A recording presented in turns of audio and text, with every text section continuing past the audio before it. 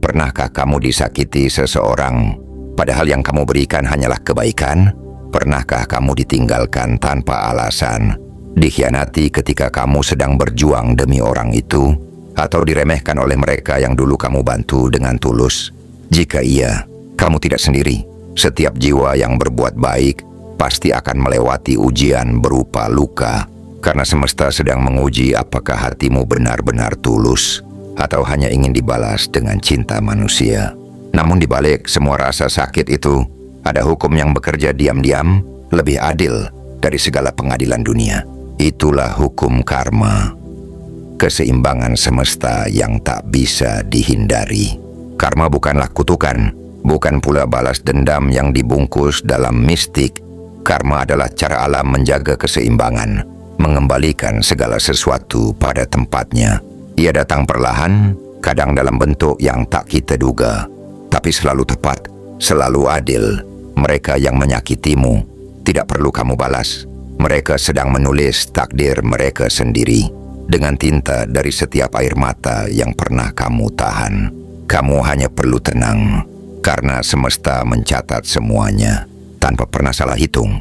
Terkadang kita ingin segera melihat balasan. Kita ingin mereka merasakan rasa sakit yang sama. Namun hukum semesta tidak bekerja atas dasar keinginan manusia. Ia bekerja atas dasar keseimbangan. Seseorang mungkin tampak bahagia setelah menyakitimu. Ia tertawa. Ia berjalan seolah tanpa dosa. Tapi di balik senyum yang kau lihat, ada kegelisahan yang ia simpan. Ada ketenangan yang hilang tanpa ia sadari. Dan itulah tanda pertama bahwa roda karma mulai berputar. Hidup ini bukan tentang siapa yang menang, tetapi tentang siapa yang mampu menjaga hati tetap bersih saat dunia mencoba mengotorkannya. Dan percayalah, ketika kamu memilih untuk tidak membalas, semesta akan turun tangan menggantikanmu. Kamu tidak perlu mengutuk, tidak perlu marah, tidak perlu berharap mereka menderita. Cukup serahkan semuanya pada hukum keseimbangan itu. Karena setiap tindakan memiliki bayangan yang mengikuti. Setiap luka yang dibuat seseorang akan menuntunnya pada pengalaman yang sama hingga ia belajar maknanya.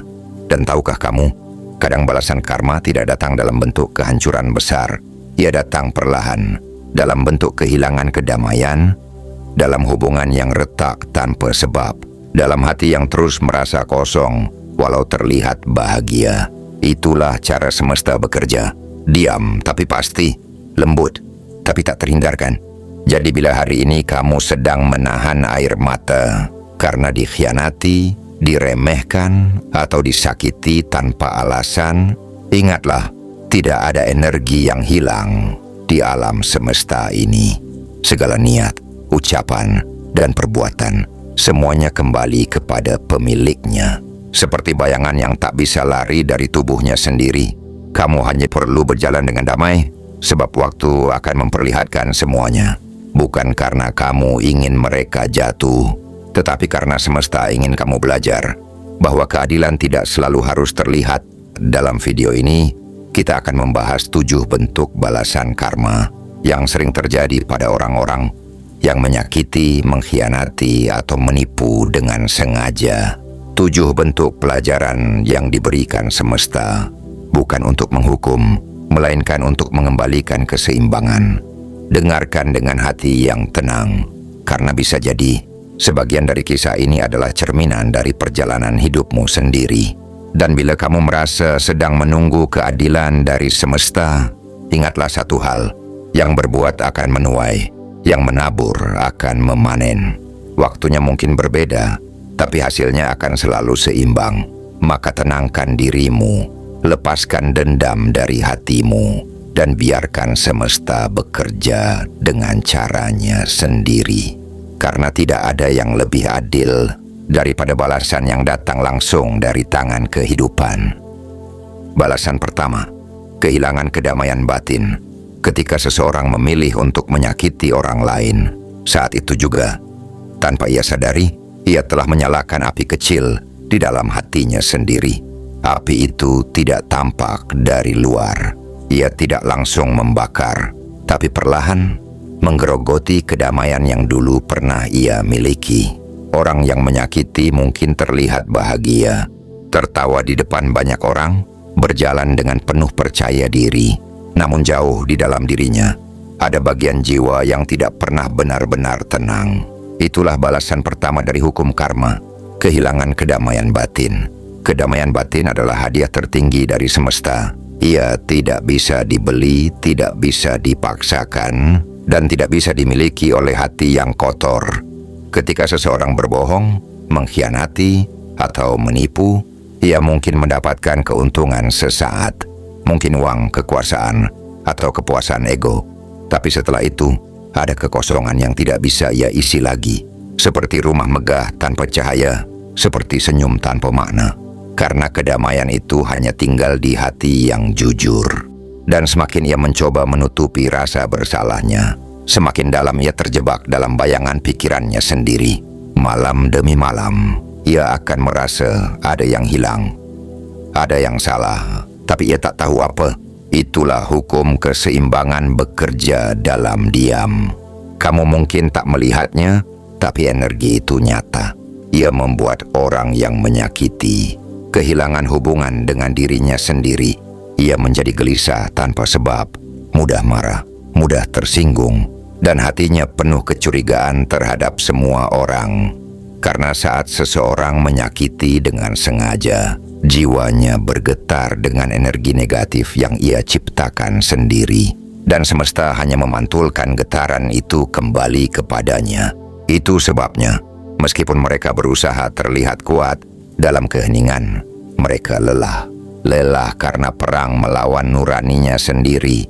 Bagi orang yang sadar, kedamaian adalah kekayaan sejati, dan kehilangan kedamaian berarti kehilangan segalanya.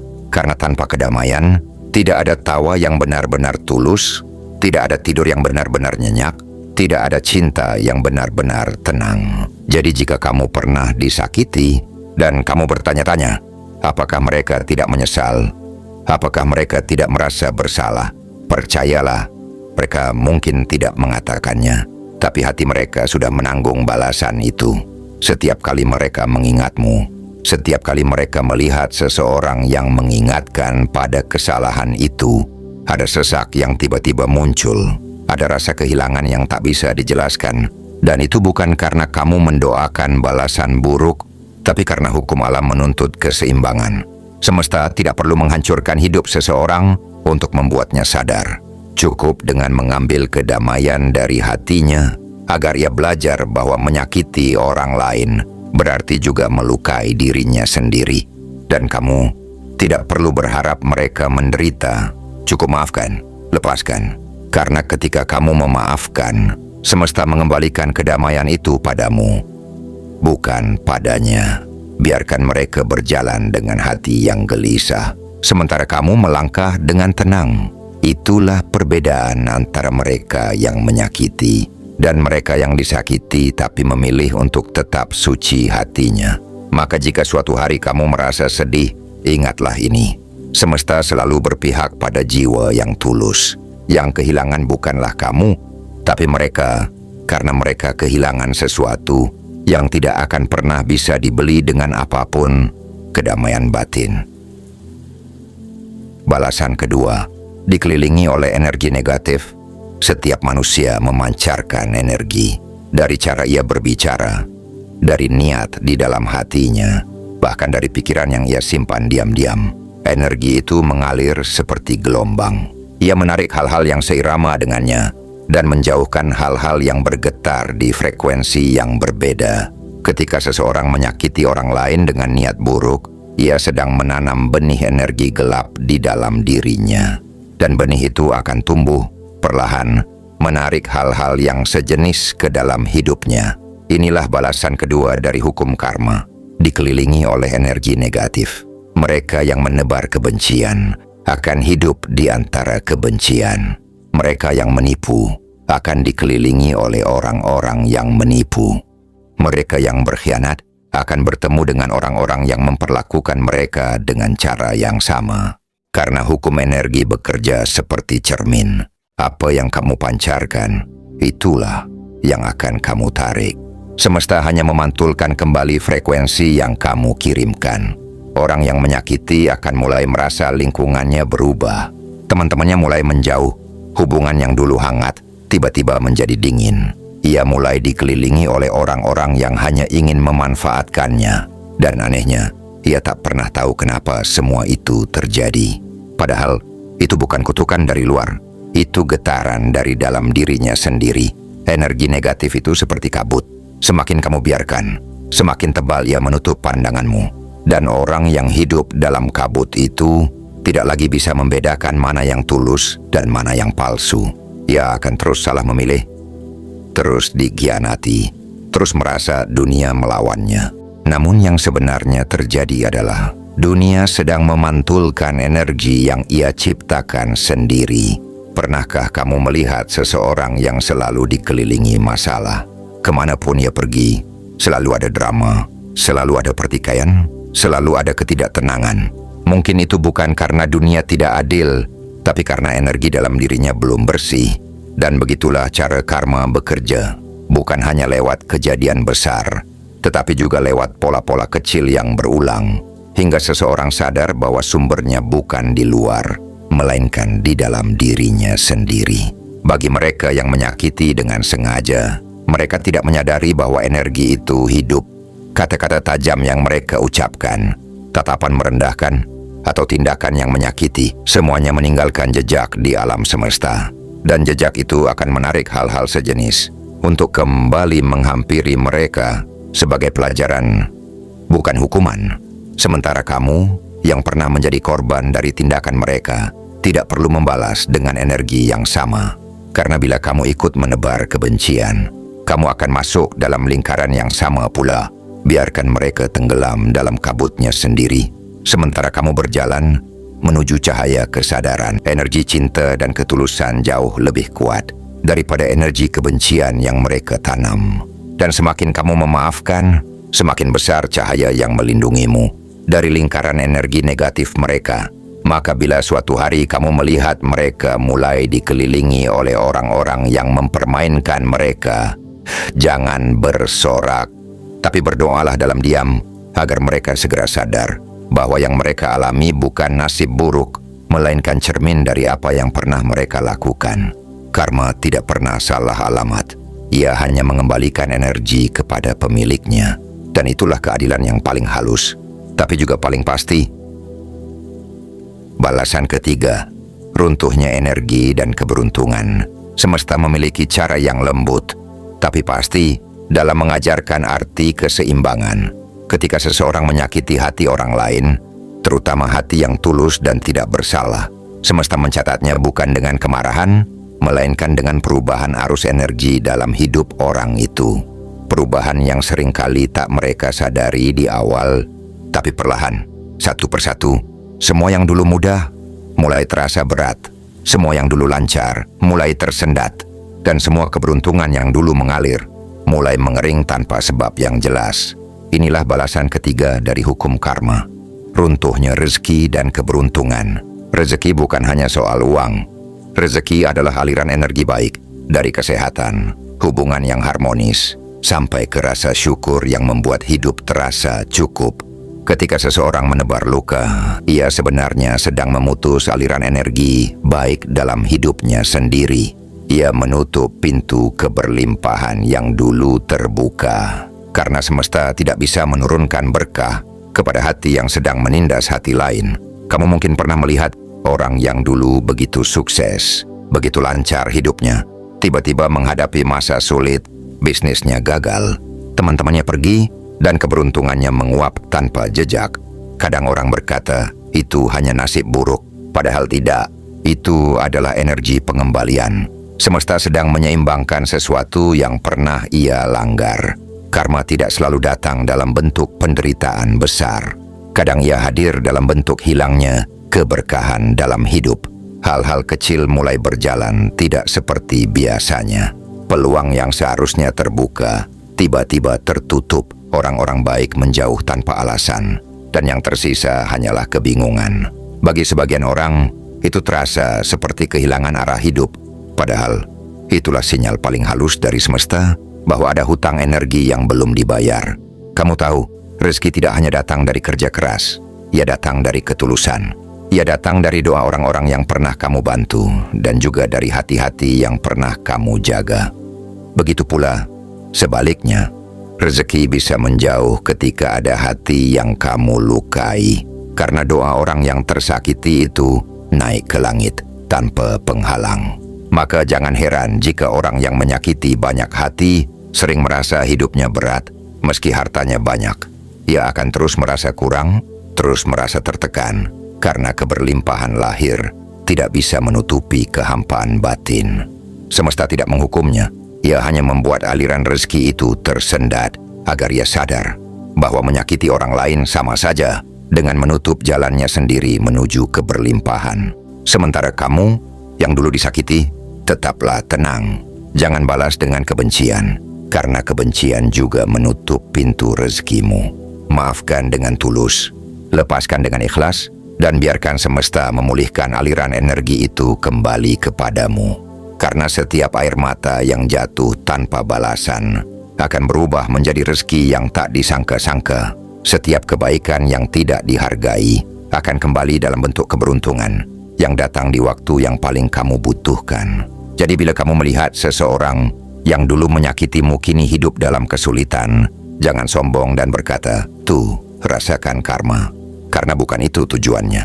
Tujuan karma adalah kesadaran agar ia belajar bahwa setiap luka yang ia berikan sebenarnya sedang menutup jalannya sendiri menuju rahmat kehidupan, dan kamu cukup terus berjalan dalam cahaya kebaikan. Biarkan semesta yang mengatur sisanya.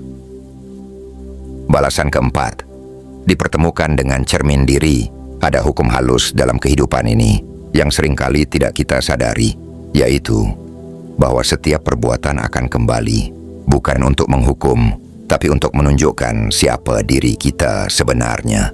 Ketika seseorang menyakiti hati orang lain, suatu hari, cepat atau lambat, ia akan dipertemukan dengan seseorang yang memperlakukannya dengan cara yang sama. Bukan kebetulan, bukan karena dunia tidak adil, tapi karena semesta ingin menunjukkan kepadanya, beginilah rasanya berada di posisi yang dulu kamu sakiti. Itulah balasan keempat dari hukum karma. Dipertemukan dengan cermin diri. Cermin itu bisa datang dalam bentuk orang baru, pasangan, sahabat, rekan kerja, atau bahkan anak sendiri. Orang yang ia temui akan memantulkan sikap dan perlakuan yang dulu pernah ia lakukan kepada orang lain. Dan saat itu terjadi, ia mulai merasakan sesuatu yang dulu tak pernah ia pahami. Rasa sakit yang sama, rasa kecewa yang sama, rasa ditinggalkan yang sama. Bukan karena semesta kejam, tapi karena semesta ingin membuka mata hatinya agar ia mengerti bahwa luka yang ia buat dulu bukan hanya menyakitkan bagi orang lain, tapi juga menciptakan ketidakseimbangan di dalam dirinya sendiri.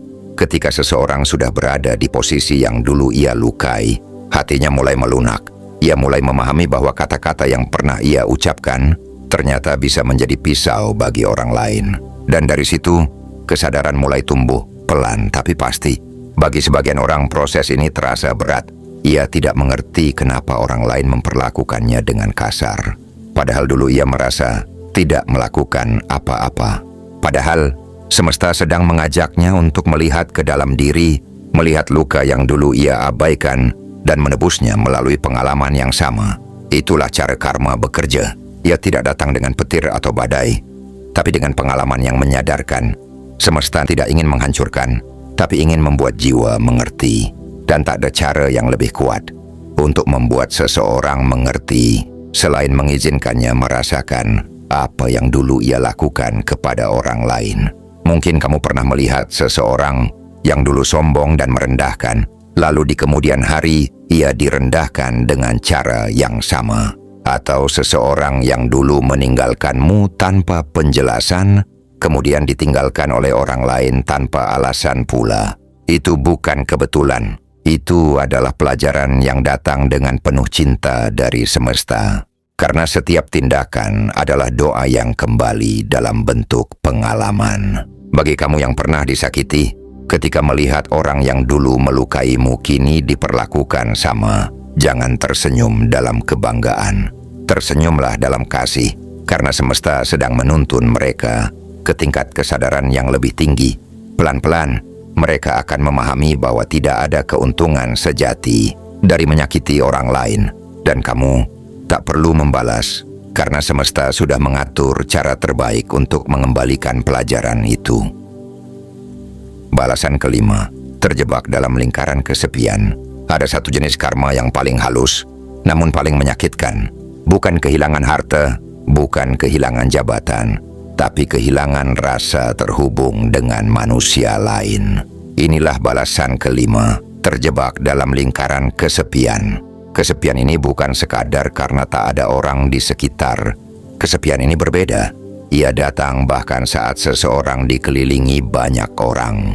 Ia datang saat seseorang punya segalanya, tapi hatinya terasa kosong, hampa, tak menemukan kedamaian dimanapun.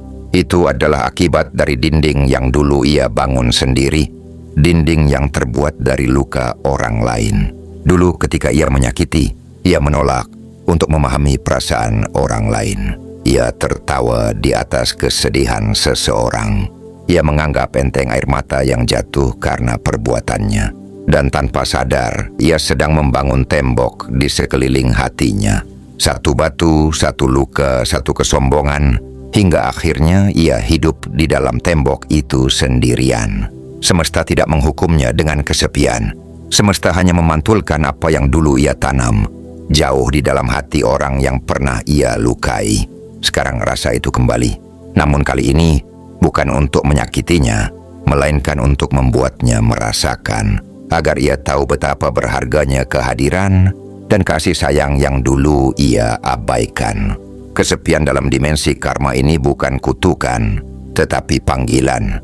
Panggilan agar jiwa berhenti berlari, agar ia menatap dirinya sendiri, melihat betapa lama ia membohongi perasaannya, dan menyadari bahwa cinta tidak pernah bisa tumbuh dari luka yang belum disembuhkan.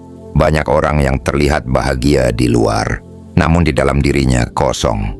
Mereka bisa tersenyum, tertawa, tapi saat malam datang dan semuanya hening, hatinya berteriak dalam sepi. Dan biasanya, itulah saat kesadaran mulai mengetuk pintu hati. Karma bekerja dengan cara lembut, namun tegas. Kesepian adalah ruang bagi jiwa untuk merenung. Ia memaksa seseorang untuk menatap bayangan dirinya, untuk menyadari bahwa semua hubungan yang ia rusak, semua hati yang ia abaikan, sekarang menjadi cermin yang memantulkan kekosongan di dalam dirinya sendiri. Namun di balik kesepian itu, tersembunyi rahmat. Karena di saat paling sepi, jiwa mulai mencari Tuhan.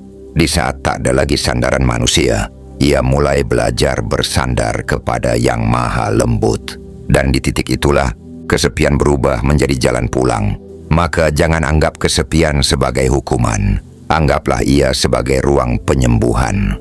Karena dari sepi, manusia belajar menghargai arti hadirnya cinta. Dari sepi, manusia belajar mendengarkan suara hatinya sendiri. Dan dari sepi, seseorang bisa lahir kembali, lebih lembut, lebih sadar, dan lebih bijaksana. Karma tidak datang untuk membuat seseorang sendirian selamanya. Ia hanya menuntun agar jiwa menyadari bahwa kehangatan sejati tidak ditemukan di luar sana, melainkan di dalam hati yang sudah belajar untuk tidak lagi melukai. Balasan keenam, kehilangan arah dan tujuan hidup. Ada satu fase yang lebih dalam dari kesepian, yaitu ketika seseorang kehilangan arah dan tujuan hidupnya. Ia masih hidup, tapi tidak benar-benar tahu untuk apa. Ia masih berjalan, tapi tidak tahu kemana. Inilah balasan keenam dari hukum karma. Kehilangan arah dan makna hidup. Ketika seseorang menyakiti hati orang lain, ia sebenarnya sedang menjauhkan dirinya dari sumber ketenangan yang paling murni, hati nurani. Hati nurani adalah kompas kehidupan. Selama ia bersih, hidup akan selalu memiliki arah. Tapi begitu hati itu dikotori dengan niat jahat, dengan kebencian, dendam, dan kesombongan, maka kompas itu mulai rusak. Ia mungkin masih bergerak, tapi langkahnya tidak lagi tahu kemana menuju. Ia mengejar sesuatu yang tampak seperti kebahagiaan, namun tak pernah bisa merasakannya. Ia mencari di luar, padahal yang hilang ada di dalam dirinya sendiri. Orang yang kehilangan arah hidup sering tampak seperti orang yang kuat di luar, namun di dalam dirinya ada kehampaan yang tak bisa dijelaskan. Ia mulai kehilangan semangat, kehilangan rasa syukur, dan kehilangan hubungan dengan makna dari setiap perbuatan. Apapun yang ia lakukan terasa kosong. Bahkan ketika ia mendapatkan yang ia mau, ada rasa hampa yang tak terisi. Itulah bentuk karma yang sangat halus. Tidak terlihat dari luar, tapi terasa menyesakkan di dalam.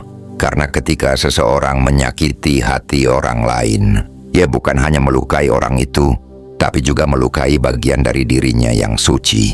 Dan luka di dalam diri itulah yang membuatnya kehilangan arah dalam hidup.